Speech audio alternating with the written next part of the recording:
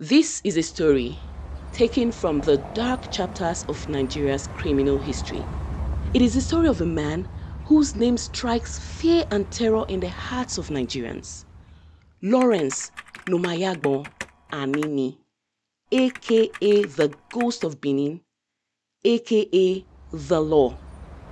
Anini was born in the 60s in Bendel, which is present-day Edo State. In his late teens and early 20s, he worked as a taxi driver and he became known for his ability to manage and settle conflicts among motorpark touts. But this young man wasn't interested in small-time hustle. He wanted to own the streets. He soon transitioned to the official driver for various gangs and criminal godfathers in Benin, a job that allowed him to scout targets and familiarize himself with getaway routes. He eventually formed his own gang, which included his deputy, Monday Osumbo. And like a university degree, the group graduated into car theft, smuggling, and eventually armed robbery. By the mid-80s, Anini and his gang's crimes were daring, brutal, and frequent. They were targeting banks, police stations, fuel depots, and armored vehicles. They were striking any time of the day with impunity.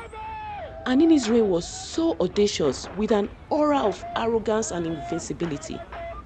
And the police? They were useless. Why? Well, because half of them worked for him. He had a network of corrupt police officers headed by the DSP, George Iyamu. His informants within the police force helped him evade capture for months. Rumors even swirled that Anini could vanish, walk through walls, maybe even shapeshift.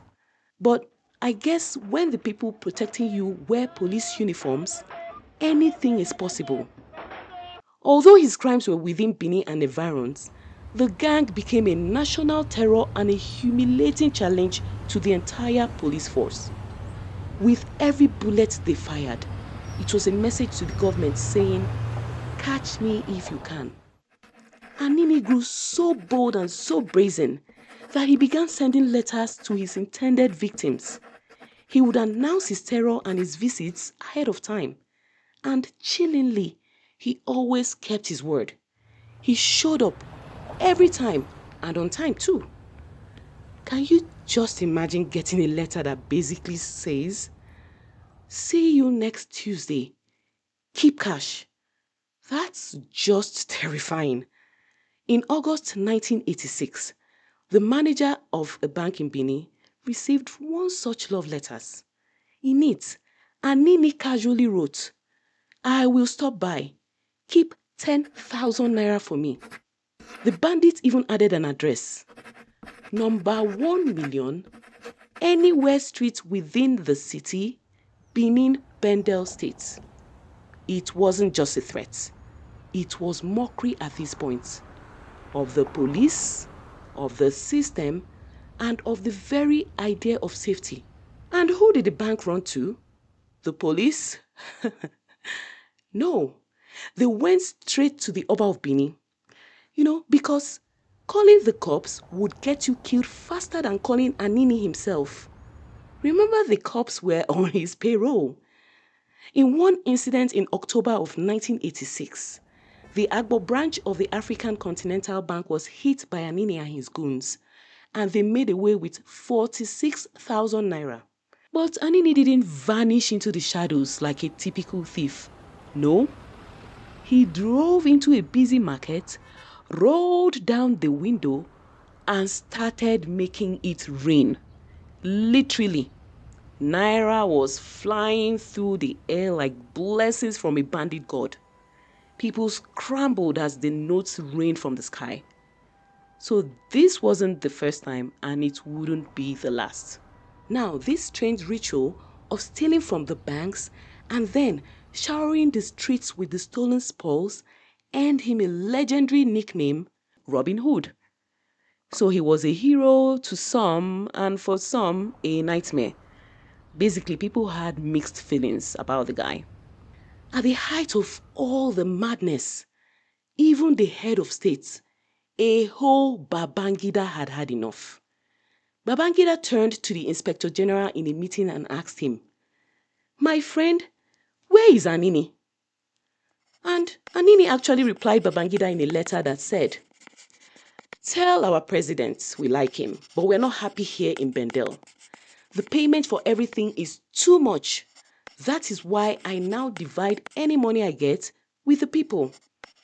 He even listed demands. No more harassing market women. No more highway extortion. And please stop prosecuting innocent armed robbers. I can't argue with the first two demands, but I'm not sure I understand the third one. Anyway, by December 1986, the manhunt hit fever pitch, and then came the betrayal by his girlfriend. She tipped up the police and provided them with Anini's location. Within minutes, police surrounded the place. Inside, Anini was doing what he did best when he was not robbing banks: women, drugs, and partying. When the police busted the doors in, Anini tried to run. But the police were not playing around that day. One bullet to the leg brought the legend down. The next day, the headlines read, "Anini face to face with the law."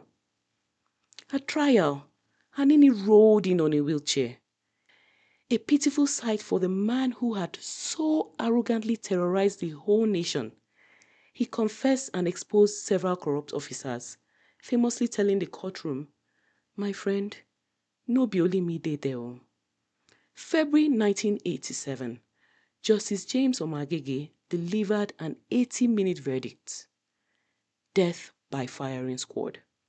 In his pronouncement, Omagege said, "Anini will forever be remembered in the history of crime in this country, but it will be of unblessed memory."